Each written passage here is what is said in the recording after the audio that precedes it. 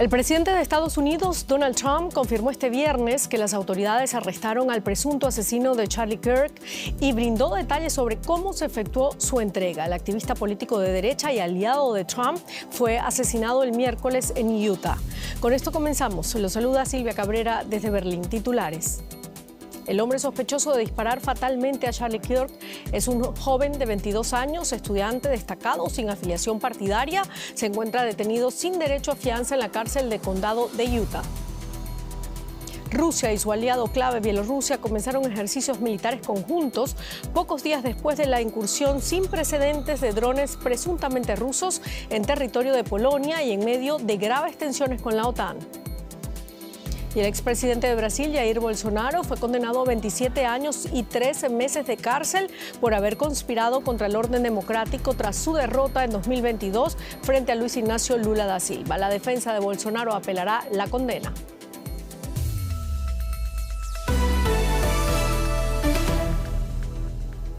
Bienvenidos. Comenzamos en Estados Unidos, donde las autoridades informaron de la captura del presunto autor del asesinato del activista ultraconservador Charlie Kirk. El gobernador del estado de Utah y el director del FBI informaron sobre los detalles más recientes de la búsqueda del sospechoso y revelaron, entre otras cosas, que un familiar ayudó a entregar al joven de 22 años a la policía. Charlie Kirk fue asesinado a tiros mientras daba una charla en un campus universitario de Utah.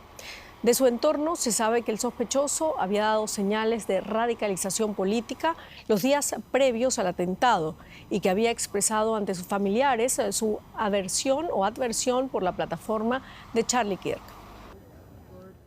Y ampliamos ahora esta información con el periodista David Alandete en Washington. David, ¿hay más detalles de cómo fue la entrega del supuesto asesino de Kirk y qué más se sabe además del sospechoso? La información que nos llega del FBI es efectivamente que el padre del sospechoso lo reconoció en las imágenes que el agente del FBI distribuyó ayer en una conferencia de prensa, también en unos vídeos. Habló con su hijo y efectivamente le dijo a su hijo si era el responsable o no. El hijo acabó admitiendo esto y así finalmente fue el padre a hablar con un pastor, un marshal, también un alguacil del servicio de US Marshals, y entre los dos le convencieron para entregarse, y así sucedió. Se entregó, pasó a disposición judicial y se supo entonces que había conducido esas 300 millas, unos 340 kilómetros, desde donde él vivía, la localidad de Washington, una pequeña localidad en Utah, hasta esa universidad en Provo, y había ido cargado con un rifle que tenía. Había incluso buscado en internet formas de esconder un rifle. Llamativo, en una de las imágenes se le ve cojeando, llegando al sitio en el que Charlie Kirk estaba dando esa conferencia, y cojeaba porque llevaba dentro del pantalón oculto el rifle. Un último detalle: el FBI encontró mensajes en el rifle, junto al rifle, en una especie de paquete que había hecho con una manta, que se leían mensajes en principio antifascistas, como parte de la canción Bella Ciao, que es un emblema de la resistencia antifascista europea. David, ¿y qué pasos legales se esperan ahora contra el supuesto asesino de Kirk? Es bastante llamativo porque tradicionalmente, ya hablo de lo que sucede en una presidencia convencional, se esperaría que la Fiscalía investigue, que el FBI es la policía judicial, por lo tanto debería acabar un informe, y en el sistema de Estados Unidos tradicionalmente la Fiscalía presenta una recomendación y va a juicio y pide una pena. Pero ahora ya sabemos, porque el presidente Trump así lo ha dicho, primero que se va a pedir la pena de muerte, que esa va a ser la pena que los fiscales soliciten, y ha filtrado aquí, donde estoy ahora, en la Casa Blanca, hace unos momentos, que se va a forzar al FBI a que el juicio se inicie en el sistema estatal de Utah. ¿Por qué?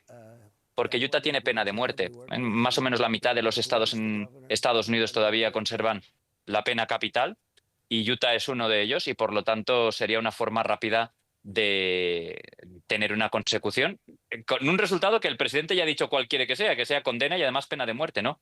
Ha sido llamativo que esta mañana en el programa Fox and Friends, que es de una cadena amiga del presidente, él ha dicho que le gustaría tener juicios rápidos como los de China, que dice que se solucionan inmediatamente, ¿no? Es bastante llamativo que haya dicho el presidente Trump que su referente judicial es un régimen como el chino.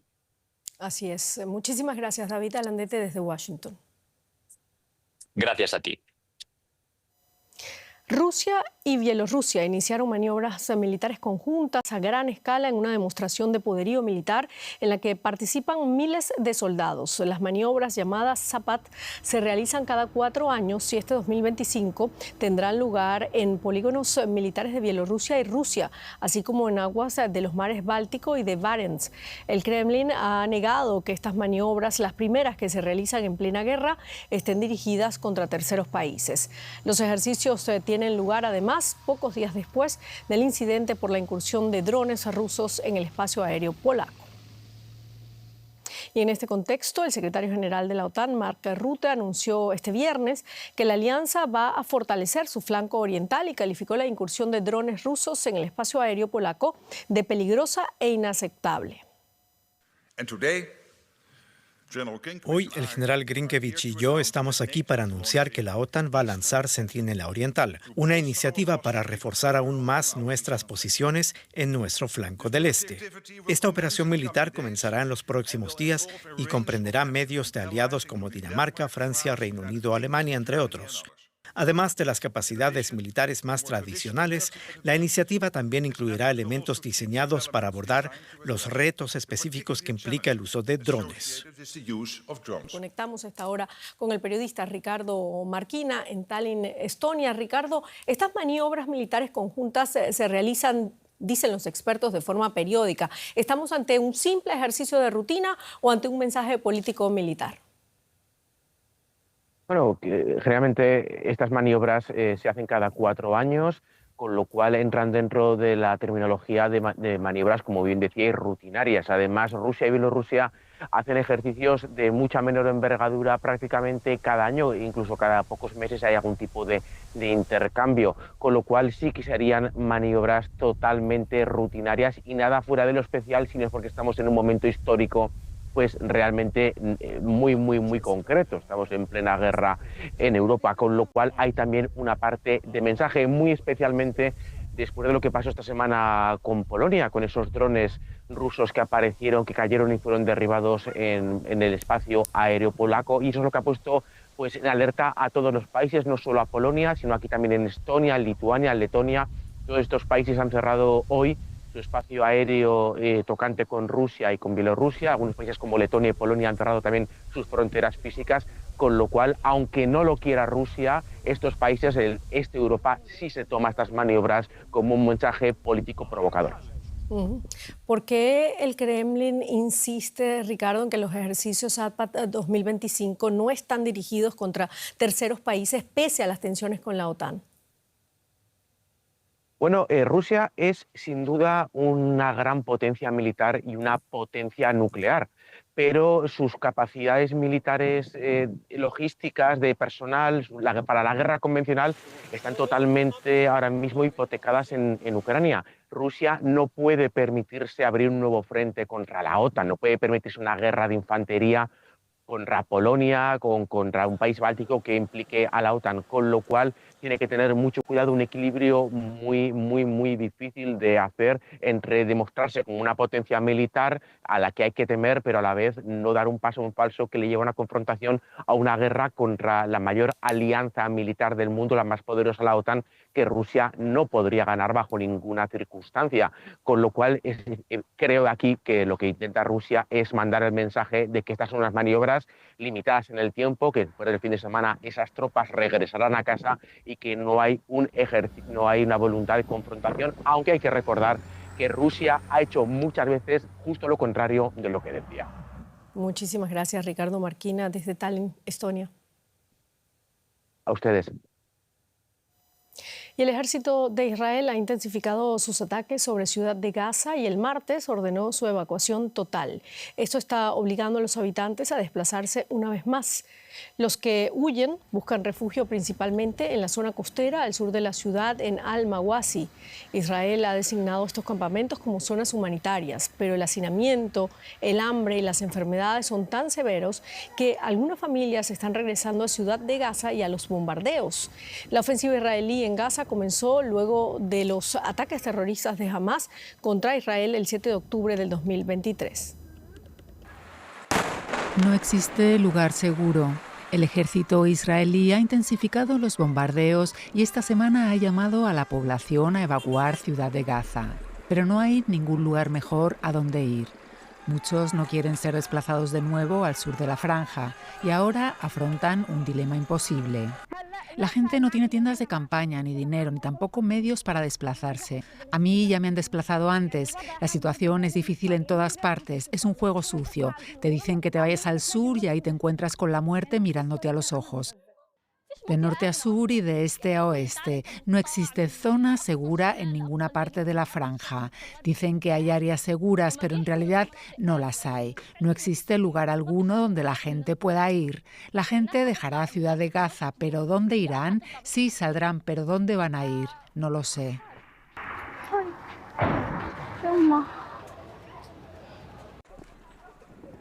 Algunos ni tan siquiera pueden ir al sur. Tuvieron que gastar su dinero en comida porque el bloqueo israelí de los últimos meses provocó una subida de los precios. La verdad es que yo y la mayoría de la gente como yo no tenemos los medios necesarios para pagar el desplazamiento. Para evacuar necesito un carro o un camión. Necesito 2.000 o 3.000 shekels para alquilar un lugar.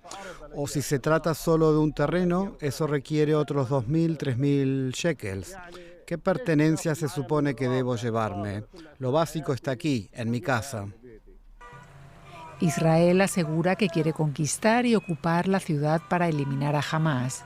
Es la segunda vez desde octubre del 23 que la gente se ve obligada a desplazarse de Ciudad de Gaza. Llevamos 2 años en guerra y a hoy en día no han eliminado a Hamás. Si lo quisieran, lo habrían hecho desde el principio. Desgraciadamente no se trata solo de Hamás, el problema es que hay civiles. Si el objetivo fuera solo Hamás, la gente podría quedarse en sus casas y estar a salvo. Pero lamentablemente los civiles son también blanco de los ataques, en sus casas, en los hospitales, en sus lugares de trabajo. No hay ningún lugar seguro en Gaza. Muchos rechazan que el objetivo sea eliminar a Hamás, como dice Israel, y se sienten amenazados por todas partes. Sobre Hamás, no sé nada sobre ellos, no tengo nada que ver con Hamás. Me preocupa la gente, solo soy una persona normal que vive aquí y nosotros somos los que sufrimos más, el pueblo sufre, yo soy uno de ellos, llevamos 2 años sufriendo, nosotros somos las principales víctimas. No viven aquí, están negociando puntos que ya saben que el ejército no va a aceptar. Plantean condiciones que nunca aceptarán. Deben hacer concesiones porque no viven con nosotros, no ven lo que estamos pasando. Muchos de los residentes temen que su ciudad quede inhabitable y que Israel no les permita regresar jamás. Y la Asamblea General de Naciones Unidas adoptó este viernes una resolución respaldando la Declaración de Nueva York que busca revitalizar la solución de 2 estados, Palestina e Israel, y el desarme de Hamás. El texto, impulsado por Francia y Arabia Saudita, obtuvo 142 votos a favor, 10 en contra, entre ellos Israel, Estados Unidos y Argentina, y 12 abstenciones. El documento pide el alto el fuego inmediato en Gaza y la liberación de todos los rehenes, además del desarme de Hamás, organización considerada terrorista por varios países, y su exclusión del gobierno de Gaza en favor de la autoridad palestina. Y nos vamos ahora directamente a la economía. Juliana, ¿qué tal? Bien, Silvia, nosotros vamos a hablar de Rusia porque el Banco Central de este país recortó el viernes su tipo de interés de referencia, pero advirtió que la inflación seguía siendo demasiado alta en medio de los crecientes temores de una desaceleración económica tras el gasto excesivo en la ofensiva contra Ucrania. La economía rusa se está enfriando rápidamente, lo que ha provocado advertencias de que podría encaminarse hacia una recesión o un estancamiento, esto tras 2 años de sólido crecimiento en los que Moscú aumentó el gasto militar para su campaña contra Ucrania. Actualmente el gasto militar representa el 9% del PIB. Este aumento ha evitado que la economía colapse debido a las sanciones de Occidente, pero ha disparado la inflación. Y este viernes los trabajadores de Boeing rechazaron otra propuesta de la empresa para poner fin a la huelga, que ya completa casi 6 semanas. La huelga afecta a la división militar de la empresa. En las fábricas en paro se construye, entre otras cosas, aviones de combate. Los trabajadores exigen un aumento salarial del 40% y mejores pensiones. La dirección de la empresa no quiere mejorar su oferta, por lo que las negociaciones se encuentran en un punto muerto. La prolongada huelga está sumiendo a la empresa en una crisis aún mayor. La división militar aporta casi un tercio de los beneficios del grupo. Y nosotros nos vamos directamente hasta Nueva York para ampliar esta información sobre los detalles de la huelga y la situación de Boeing con mi colega Ana Nieto, a quien tengo el gusto de saludar. Ana, los trabajadores mantienen esa huelga. ¿Cómo afecta este paro a la compañía? Juliana, al inicio de la huelga a principios de agosto, el presidente de la compañía, Kelly Ortberg, dijo que podrían gestionarla, pero de momento no ha dado a conocer el coste de estos paros. Es la primera vez que desde los años 90 esta división de defensa va a la huelga, pero son 3.200 trabajadores y no los 33.000 que el año pasado pararon las líneas de producción durante 2 meses, algo que costó miles de millones a la compañía. Aunque sin cuantificar, el daño es probable porque Boeing ha dicho que tiene planeado hacer contrataciones permanentes para sustituir a los huelguistas. Todo una provocación a un sindicato que, además de subidas de salarios, también quiere mejoras en los planes de pensiones y mejores bonus, como son los que tienen los otros trabajadores de la compañía. En cualquier caso, de momento no hay en la agenda ninguna otra reunión entre trabajadores, sindicatos y la empresa. Bueno, Ana, pero no es el único punto que afecta a Boeing. La empresa viene arrastrando una crisis provocada por esos serios problemas de calidad que produjeron, por ejemplo, accidentes, incluso letales. También hubo cambios en la cúpula. ¿Cómo ha cambiado la aeronáutica desde entonces? Sí, Boeing ha estado trabajando para recuperarse del agujero en el que se sumió tras aquel accidente del 737 MAX en enero del año 2024, en el que se perdió parte del fuselaje en pleno vuelo. Aquello expuso la realidad de una empresa con importantes problemas de calidad y de gestión. Desde entonces tiene un nuevo presidente, Kelly Ortberg, y mantiene las restricciones que impuso a la producción la Autoridad de la Aviación de Estados Unidos para asegurar la calidad de los aviones. Aunque no es algo rentable para la empresa, esta producción baja de su 737 se sigue manteniendo. Boeing sigue en pérdidas, pero en el segundo trimestre las ha reducido en un 58%. Y con la administración Trump no solo se ha llegado a un acuerdo para eliminar los cargos criminales por los accidentes de los años 2018 y 2019 con el 737 MAX, sino que además con la firma de los tratados comerciales siempre están llegando cientos de pedidos para Boeing. Han venido pedidos de Qatar, de Indonesia, de Japón, del Reino Unido, porque Boeing es un claro beneficiado de la diplomacia comercial de Washington. Ana Nieto, muchas gracias por estos análisis y hasta una pronta oportunidad. Gracias, Juliana. Y nos vamos para México porque la presidenta de este país, Claudia Sheinbaum, negó este viernes que su gobierno esté aplicando medidas coercitivas contra China u otros países asiáticos tras las críticas de Pekín por una propuesta de ley que plantea aranceles de hasta el 50% a países con los que México no tiene tratados de libre comercio. La iniciativa será debatida por la mayoría oficialista en medio de presiones arancelarias de Estados Unidos, destino del 80% de las exportaciones mexicanas. El proyecto busca fortalecer además la producción nacional. Sin embargo, Sheinbaum reiteró que el alza de estos aranceles no está relacionada con las políticas proteccionistas de Trump y descartó un impacto económico por posibles represalias de países asiáticos. Y en Ecuador, el presidente Daniel Noboa anunció este viernes que su gobierno prevé invertir unos $200 millones en la compra de medicamentos para el sistema de salud pública que atraviesa una grave crisis. La medida se da luego de protestas. Este jueves, cientos de personas marcharon en Ecuador contra las medidas de austeridad y la propuesta de reformas a la Constitución impulsadas por Noboa. La protesta en la capital se realizó como una contramarcha a la movilización que el mandatario organizó contra el crimen organizado en Guayaquil. Ecuador vive un incremento de la violencia con más de 4.600 personas asesinadas en el primer semestre de 2025. Y pasamos de Ecuador a Brasil, Silvia.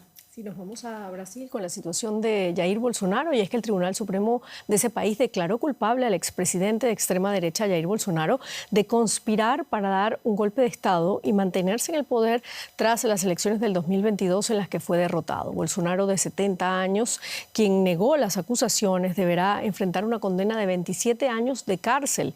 Su defensa afirma que apelará a la sentencia, aunque los expertos consideran poco probable que el veredicto cambie. Un juicio sin precedentes en la historia de la Corte Suprema de Brasil. Nunca antes un expresidente brasileño había sido acusado de conspirar para dar un golpe de Estado.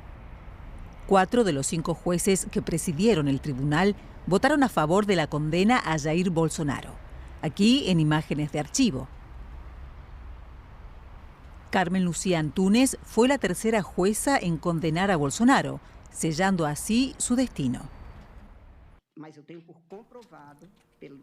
La Fiscalía General me confirmó que Jair Messias Bolsonaro cometió los delitos que se le atribuyen como líder de la organización criminal. Desafortunadamente, la salud de Jair Bolsonaro es frágil. Así lo afirman los médicos. Esperamos que esta persecución termine. Por eso, seguimos haciendo presión, porque es un caso de violación de los derechos humanos. Algunos celebran el veredicto. Debió ser juzgado mucho antes. Proporcionalmente, Brasil fue el país con mayor cantidad de muertes durante la pandemia debido a su incompetencia. La extrema derecha ha destruido el país. La sanidad, la ciencia, la tecnología, la educación, la cultura, todo está destruido. Otros no están contentos. Decenas de miles de sus seguidores se manifestaron en ciudades de todo el país. Muchos coinciden con Donald Trump, para quien el juicio es una caza de brujas, y rechazan todas las acusaciones sobre Bolsonaro. El intento fallido de Bolsonaro de dar un golpe de Estado fue lo que provocó su caída. El 8 de enero de 2023, una semana después de la toma de posesión de Lula, cientos de seguidores de Bolsonaro lanzaron el peor ataque contra las instituciones federales del país desde el retorno a la democracia en la década de 1980, tras 2 décadas de dictadura militar. Imitando el asalto al Capitolio de Estados Unidos en 2021, cientos de bolsonaristas irrumpieron en el Tribunal Supremo de Brasil, el Palacio Presidencial y el Congreso, exigiendo nuevas elecciones y que el ejército derroque a Lula. Sus partidarios, entre ellos su hijo y diputado Flávio Bolsonaro, afirman que no hay pruebas que lo vinculen al golpe. Otros sostienen que la única razón por la que el golpe no sucedió fue porque Bolsonaro no logró el apoyo de los militares. Y Bogotá es una de las ciudades con más tráfico y más atascos del continente americano. El problema se ha agravado con los más de 1.100 frentes de construcción de infraestructura. La construcción de la primera línea del metro ha desviado el tráfico de buses articulado a vías de un solo carril. Cualquier accidente o avería se traduce en atascos de varias horas. Las autoridades de la ciudad piden paciencia, mientras que los ciudadanos tratan de acomodarse a las circunstancias. Desde las 5 de la mañana, Natalie circula por las calles de Bogotá. Pasa la mayoría de su jornada laboral en atascos, lidiando con un tráfico que no tiene por dónde fluir. Están con el plan del metro, pero que hicieron ellos romper todo a la misma vez. Debieron haber, pues para mí, ¿no? Debieron haber roto un tramo y después arreglarlo, como darle acceso a las otras vías también, pero en este caso están todas rotas. Al otro lado de la ciudad, Javier se alista para salir. Serán 2 horas de recorrido en bus por las demoras que generan las obras del metro. Específicamente por lo del metro, porque se vuelve de un carril, entonces se vuelve un trancón de solo Transmilenios. Y digamos, si en algún momento se llegase a varar uno, como pasó en algún momento, pues uno le toca bajarse, porque no hay más opción. Son más de 1.200 frentes de obra los que tiene la ciudad, siendo el más fuerte la construcción de la primera línea del metro, que redujo el espacio de los buses articulados a un solo carril. Sí, estas obras realmente han reflejado la fragilidad y vulnerabilidad del sistema de transporte público en Bogotá. Hace unas semanas un solo accidente casi colapsó todo el sistema de movilidad en Bogotá. La ciudad lleva 70 años esperando su primera línea de metro, pero algunos expertos consideran que no será la solución que los bogotanos esperan. La primera línea del metro es un componente más de un sistema de movilidad y de tránsito, pero ese componente no va a solucionar todos los problemas de movilidad en la ciudad, solamente en un sector grande sí de la ciudad, pero no totalmente en el resto de la ciudad. Algunos de los principales frentes de obra presentan demoras, en especial troncales de buses que no se han terminado aún. La ciudadanía no tendría que soportar, tendría que, digamos, las cosas cumplirse en las fechas estrictas, porque pues para eso se hacen los contratos. La Secretaría de Movilidad de Bogotá anunció que las obras en este sector tardarán 2 años y pidió a los usuarios más paciencia y tomar las rutas más temprano. No, esa obra no va a tardar 2 años, esa obra va a tardar por allá unos 5 años por poquito. Y más madrugar, o sea, si madruga toda la gente igual va a ser un caos, va a ser un trancón. Los habitantes de las... Bueno, y seguimos con otro tema. Sushila Karki es la nueva jefa interina del gobierno en Nepal. Es la primera mujer en ocupar el cargo en la historia del país tras la renuncia del primer ministro. La expresidenta del Tribunal Supremo, Sushila Karki, de 73 años, es conocida en Nepal por su lucha contra la corrupción y tenía el apoyo de los jóvenes manifestantes de la llamada generación Z, quienes lograron la caída del primer ministro Sharma Oli luego de intensas protestas que dejaron al menos 51 muertos y más de 1 millar de heridos. Vamos ahora con un resumen de otras noticias importantes del día. El príncipe Harry del Reino Unido realizó una visita sorpresa a Ucrania. Llegó en tren a Kiev acompañado por su equipo de la Fundación Invictus Games, que respalda a militares heridos en la guerra. Está previsto que se reúna con el primer ministro ucraniano y con veteranos de guerra.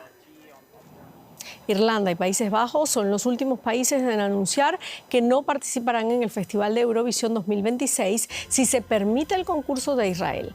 Antes ya lo habían hecho Eslovenia, España e Islandia. Directivos del festival anunciaron que han iniciado consultas con las televisoras nacionales que son parte del certamen. Con esto terminamos. Gracias por habernos acompañado. Hasta luego.